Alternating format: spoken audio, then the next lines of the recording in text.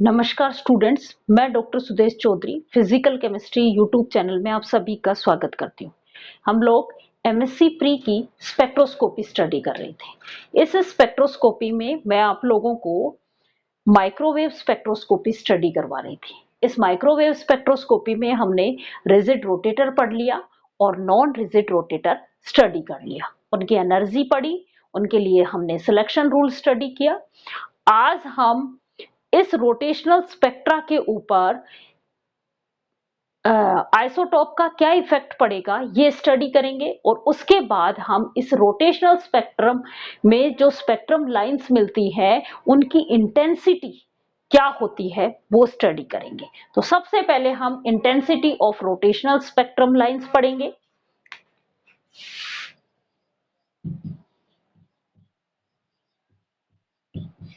Spectroscopy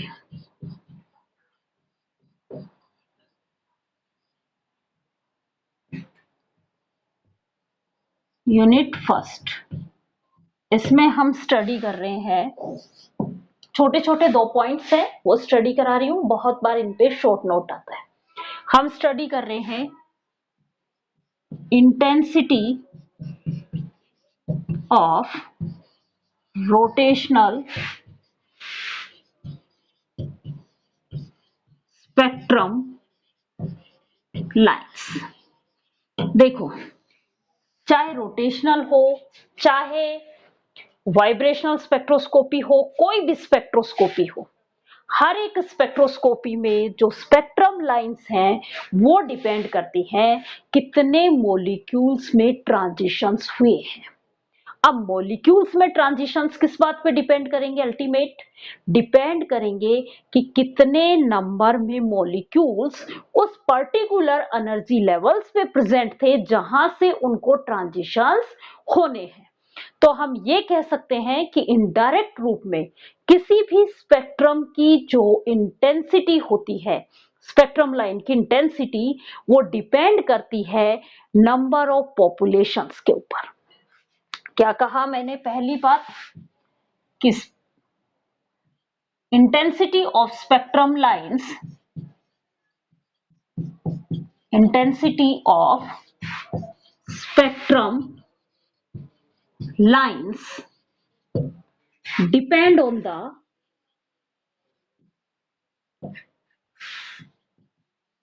number of population at a particular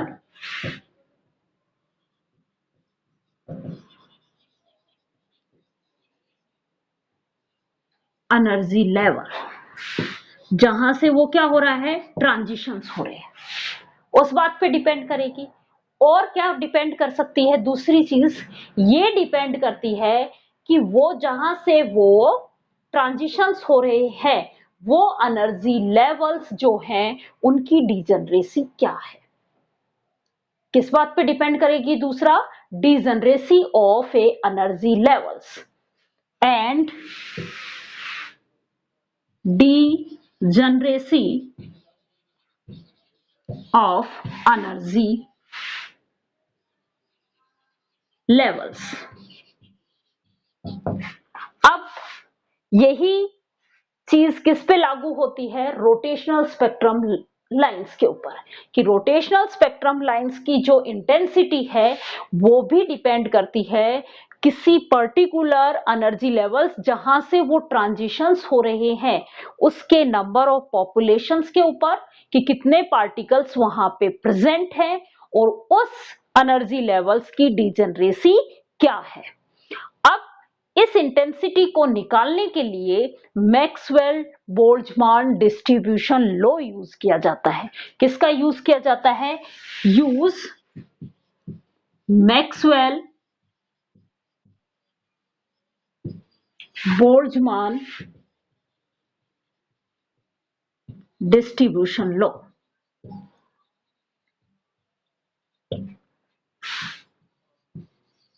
इस Maxwell Boltzmann distribution law के according किसी भी पर्टिकुलर एनर्जी लेवल्स के ऊपर नंबर ऑफ पॉपुलेशंस या फ्रैक्शन फॉर्म में दिया था, तो फ्रैक्शन फॉर्म में नंबर ऑफ पॉपुलेशंस जो है वो डिपेंड करती है, क्या एक इक्वेशन दी थी बोल्ट्जमान ने, एक मैक्सवेल बोल्ट्जमान ने एक इक्वेशन दी थी। क्या इक्वेशन दी थी? N J upon N nought, इसकी वैल्यू होती है e raise to power minus del E upon K T, जहां पे डेल ई क्या है? एनर्जी डिफरेंस है किसके बीच में? एन जे और एन नोट के बीच में। एन जे क्या है? जे लेवल पे नंबर ऑफ मॉलिक्यूल्स कितने हैं। एन नोट क्या है? जीरो लेवल पे एनर्जी, जीरो लेवल पे नंबर ऑफ मॉलिक्यूल्स क्या है। डेल ई क्या है? Energy difference.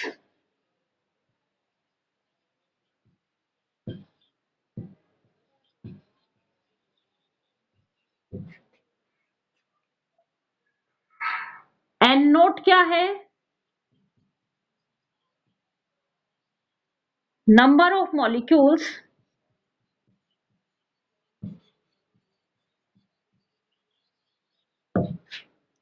Eight a zero energy levels.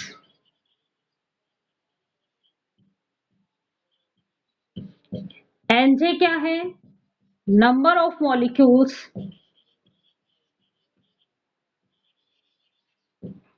Eight J energy levels.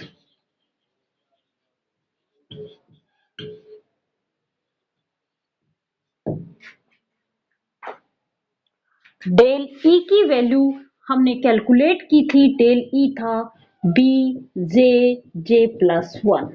ये वैल्यू मैं यहां पे पुट करूंगी तो मेरे पास एनजे की वैल्यू क्या, एनजे अपॉन एन नोट की वैल्यू क्या आएगी?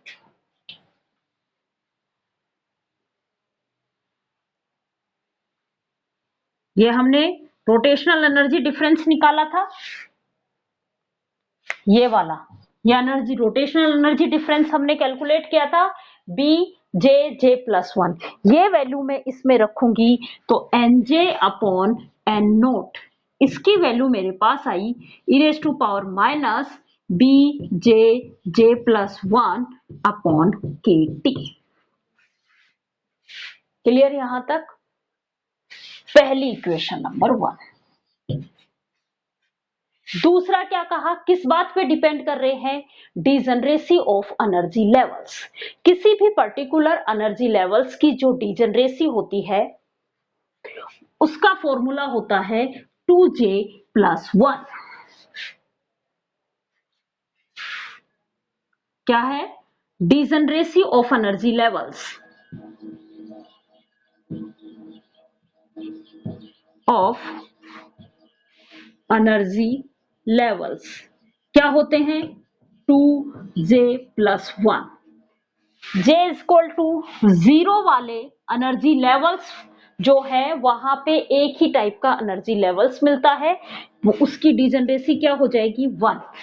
टू की, टू इंटू जे, जे की जगह मैं क्या रखूंगी? जीरो, तो जीरो प्लस वन क्या होगा? जीरो। दूसरा, J equal to two, energy levels कितने पार्ट में डिवाइड होते हैं?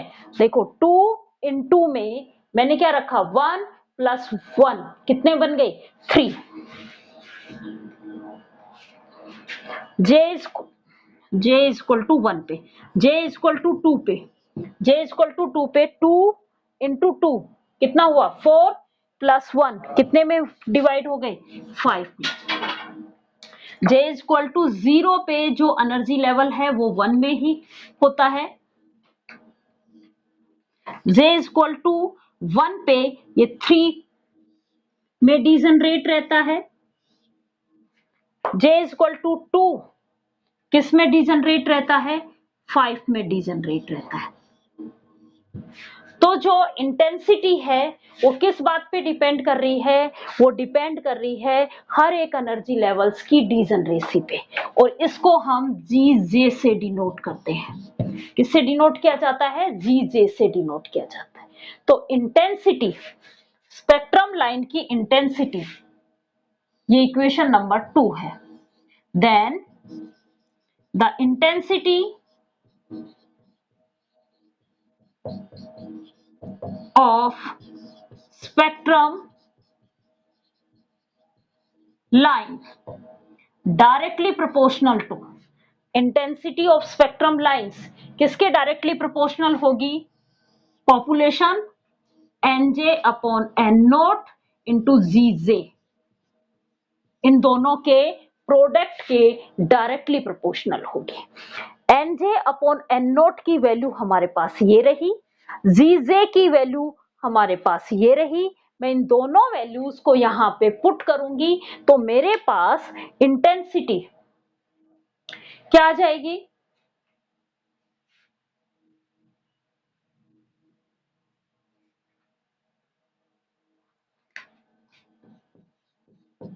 इंटेंसिटी डायरेक्टली प्रोपोर्शनल हुई किसके? जीजे क्या है? 2j+1 और ये क्या है? e⁻⁻b(j+1/kt). अब देखो ये इंटेंसिटी जैसे जैसे जे लेवल बढ़ता है इनिशियली इंटेंसिटी इंक्रीज होती है।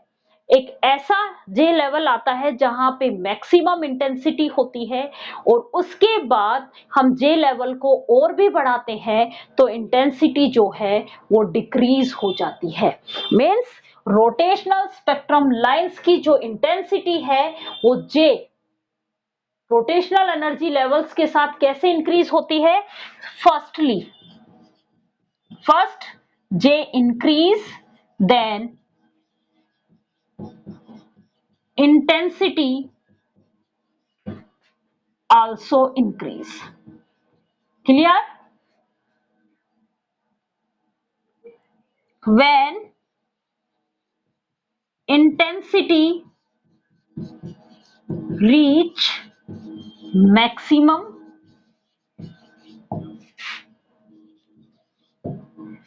then after that increase J, intensity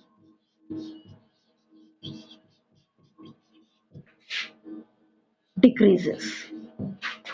ये फॉर्म बनेगी कि जब हम J की वैल्यू को इंक्रीज करते हैं तो पहले इंटेंसिटी भी इंक्रीज होती है। जब इंटेंसिटी मैक्सिमम पहुंच जाती है उसके बाद हम J की वैल्यू को इंक्रीज करेंगे तो इंटेंसिटी डिक्रीज हो जाएगी और जिस इंटेंसिटी पे जिस पे मैक्सिमम इंटेंसिटी मिलती है जिस J पे वो J कहलाता है J मैक्सिमम। क्या है? व्हेन J मैक्सिमम क्या है? J मैक्सिमम क्या है? J level with respect to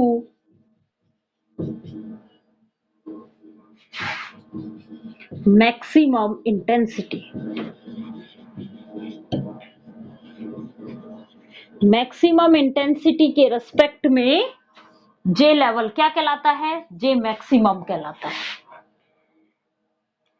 कैसे मिलेगा? हम कैसे स्पेक्ट्रा मिलता है हमें?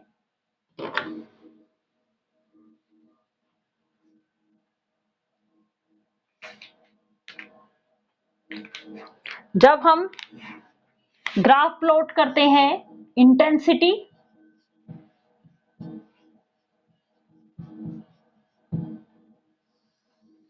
और J एनर्जी लेवल्स, क्या होगा? जैसे जैसे J बढ़ता जाएगा इंटेंसिटी भी बढ़ती हुई चली जाएगी।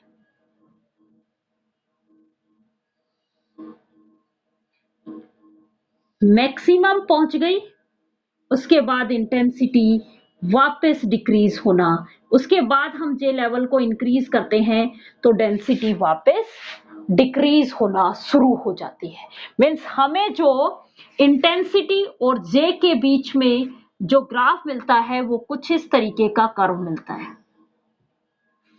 मैक्सिमम पहुंचा उसके बाद J की वैल्यू को इंक्रीज करेंगे तो इंटेंसिटी क्या हो रही है? डिक्रीज हो रही है और इस जे मैक्सिमम की वैल्यू जो है वो कैलकुलेट किया गया कि जब हम इसका डिफरेंशियल करें किसके रेस्पेक्ट में, जे के रेस्पेक्ट में, जो आपने एक इक्वेशन बनाई थी N J upon N note की वैल्यू की, जो इक्वेशन बनाई थी, यदि हम इसका N J upon N naught, ये आपने वैल्यू जो इंटेंसिटी के इक्वल लिखा था, क्या लिखा था, 2j plus 1 E raise to power minus B J plus 1 upon K T. इस इक्वेशंस का डिफरेंशियल जब हम j की रेस्पेक्ट में करेंगे तो हमें किसकी वैल्यू मिलेगी, j मैक्सिमम की वैल्यू मिलेगी। इस इक्वेशंस का डिफरेंशियल j के रेस्पेक्ट में करके और उसकी वैल्यू हम किसके इक्वल रख दें, 0 के इक्वल रख दें, तो हमें किसकी वैल्यू मिलेगी, j मैक्सिमम की वैल्यू मिलेगी। डिफरेंशिएट दिस इक्वेशन,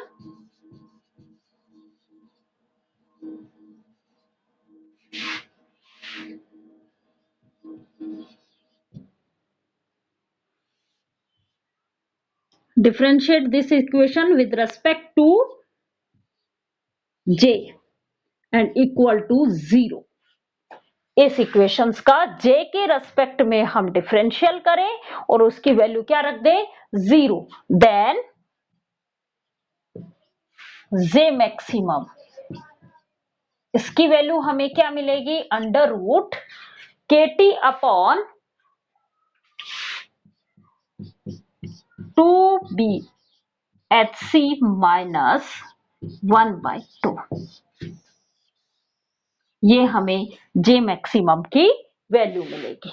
ये था हमारा intensity of rotational spectrum lines. कैसे हुआ, जैसे जैसे हम जे की वैल्यू को इंक्रीज करते हैं इंटेंसिटी भी इंक्रीज होती है, जे की वैल्यू मैक्सिमम मतलब एक इंटेंसिटी जो है वो मैक्सिमम पहुंच जाती है, उसके रेस्पेक्ट में हम जे को क्या कहा जाता है, जे मैक्सिमम कहा जाता है।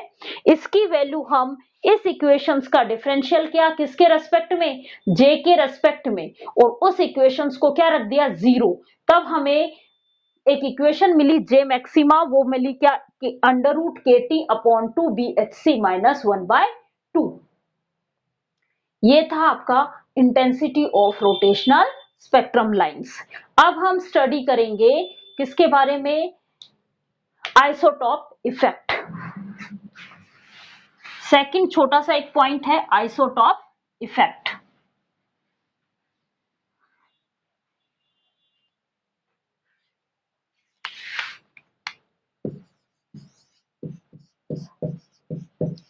आइसोटॉपिक इफेक्ट, देखो इस आइसोटॉप का स्पेक्ट्रम लाइंस के ऊपर क्या इफेक्ट पड़ता है ये बताएंगे हम, कि हेवियर आइसोटॉप जब हम चेंज करते हैं किसी एटम से तो क्या चेंज होता है, स्पेक्ट्रम लाइंस जो है वो कहां पे चेंजेस आती है, ये इफेक्ट यहां पे हम स्टडी करेंगे। मैंने क्या कहा, जब हम आइसोटॉप, हेवियर आइसोटॉप, किसी भी एटम को रिप्लेस कर दिया जाए हेवियर आइसोटॉप से, when atom is replaced by heavier isotope,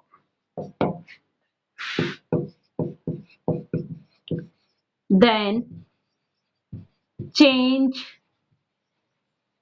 spectrum lines। अब क्या होगा, स्पेक्ट्रम लाइंस चेंज हो जाएंगी। अब क्यों चेंज होंगी वो देखो, देखो दो स्पेक्ट्रम लाइंस के बीच की डिस्टेंस जो थी वो हमने क्या बताई थी, 2b बताई थी। मींस हमारी रोटेशनल एनर्जी, या कहें कि उन स्पेक्ट्रम लाइंस के बीच की डिस्टेंस किस बात पे डिपेंड कर रही है, इस रोटेशनल कांस्टेंट के ऊपर, b के ऊपर डिपेंड करेगी। b चेंज होगा क्योंकि ये 2 तो क्या है, मैथमेटिकल एक्सप्रेशंस, ये b चेंज होगा तो इनके बीच की डिस्टेंस भी चेंज हो जाएगी। अब ये b जो है वो देखो क्या क्या कर रहा है, ये b की वैल्यू हमने, रोटेशनल कांस्टेंट की वैल्यू हमने कैलकुलेट की थी h/4π² IC। ये मैथमेटिकल फॉर्म है, ये फ्लांग कांस्टेंट है, कांस्टेंट ही रहेगा। 4π² मैथमेटिकल कांस्टेंट है, कांस्टेंट ही रहेगा। c लाइट वेलोसिटी है, ये भी कांस्टेंट रहेगा।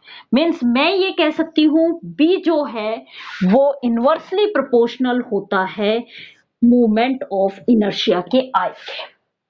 और मोमेंट ऑफ इनर्शिया की वैल्यू I ये होती है न्यू r²। न्यू क्या है? Reduce mass. और आर क्या है? Bond length. तो बी जो है वो इनवर्सली प्रोपोर्शनल हो गया न्यू r² के। अब हमने इस आइसोटॉप इफेक्ट में हमने ये कहा कि इनके बीच बॉन्ड लेंथ चेंज नहीं होती है। क्या कहा? When bond length not change, जब बॉन्ड लेंथ चेंज नहीं होगी उस केस में ये R आपका क्या हो जाएगा? कांस्टेंट हो जाएगा। Then R equal to constant. अब जब R कांस्टेंट है तो हम क्या कह सकते हैं कि B जो है वो इनवर्सली प्रोपोर्शनल होगा न्यू के। न्यू क्या है यहाँ पे? Reduce mass. न्यू क्या है? रिड्यूस मास, जिसकी वैल्यू क्या होती है? m1 m2 upon m1 plus m2, यही होती है रिड्यूस मास की वैल्यू। अब न्यू किसके डायरेक्टली प्रोपोर्शनल है? मास के डायरेक्टली प्रोपोर्शनल है। अब हमने क्या किया? किसी भी एटम को उसके हैवियर आइसोटॉप से क्या किया है? रिप्लेस किया है। जब हैवियर आइसोटॉप से रिप्लेस किया मींस मास क्या हो गया? यहाँ पे इंक्रीज हो गया। और जब मास इंक्रीज होगा तो रिड्यूस मास भी क्या हो जाएगा? इंक्रीज हो जाएगा। जब हम किसी भी एटम को हैवियर आइसोटॉप से रिप्लेस करेंगे तो रिड्यूस मास क्या होगा? इंक्रीज होगा। और जब रिड्यूस मास इंक्रीज होगा तो बी की वैल्यू क्या होगी? डिक्रीज होगी। न्यू इंक्रीज हुआ, इनवर्सली प्रोपोर्शनल है, तो बी क्या हो जाएगा? डिक्रीज हो जाएगा। और बी डिक्रीज होगा तो इन स्पेक्ट्रम लाइंस जो हैं इनके बीच जो 2b, पहले जो 2b था, अब ये इस b की वैल्यू डिक्रीज होगी तो ये स्पेक्ट्रम लाइंस जो हैं वो इधर की लोअर एनर्जी की तरफ शिफ्ट हो जाएंगी। क्यों हो जाएंगी? क्योंकि एनर्जी, रोटेशनल एनर्जी Ej ये होती है 2b energy difference del E 2bj j+1, यही था। क्या चेंज हुआ? ये b चेंज हुआ means del E directly proportional किसके हुई? b के। भाई j तो चेंज हो ही रहा है, मैं तो इस b के बारे में, अब b के डायरेक्टली प्रोपोर्शनल हुई तो b जब इन डिक्रीज होगा तो डेल ई की वैल्यू क्या हो जाएगी? डिक्रीज हो जाएगी। जब डेल वी की वैल्यू डिक्रीज होगी तो इनके बीच में जो ये स्पेक्ट्रम लाइंस हैं ये लोअर एनर्जी की तरफ मूव हो जाएंगे। और हमें जो स्पेक्ट्रा मिलेगा वो किस तरीके से मिलेगा?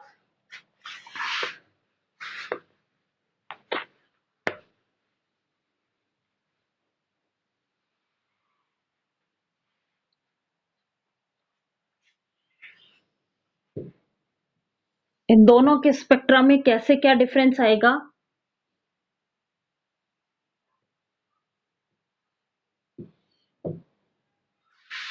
ये स्पेक्ट्रम लाइंस हैं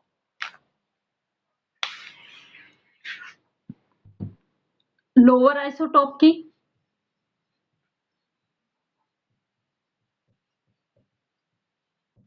और हैवियर आइसोटॉप के रेस्पेक्ट में स्पेक्ट्रल लाइंस हमें कहां मिलेंगी?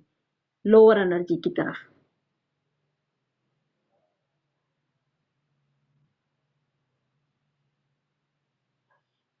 ये क्या होंगी? Heavier isotope. तो क्या इफेक्ट शो हुआ कि जब हम किसी एटम को हेवियर आइसोटोप से रिप्लेस करते हैं तो स्पेक्ट्रम लाइंस जो हैं वो लोअर एनर्जी की तरफ शिफ्ट हो जाती है। क्लियर यहां तक? आज हमने दो छोटे टॉपिक्स पढ़े हैं। अब हम अगली क्लास में स्टार्क इफेक्ट स्टडी करेंगे। Thank you students.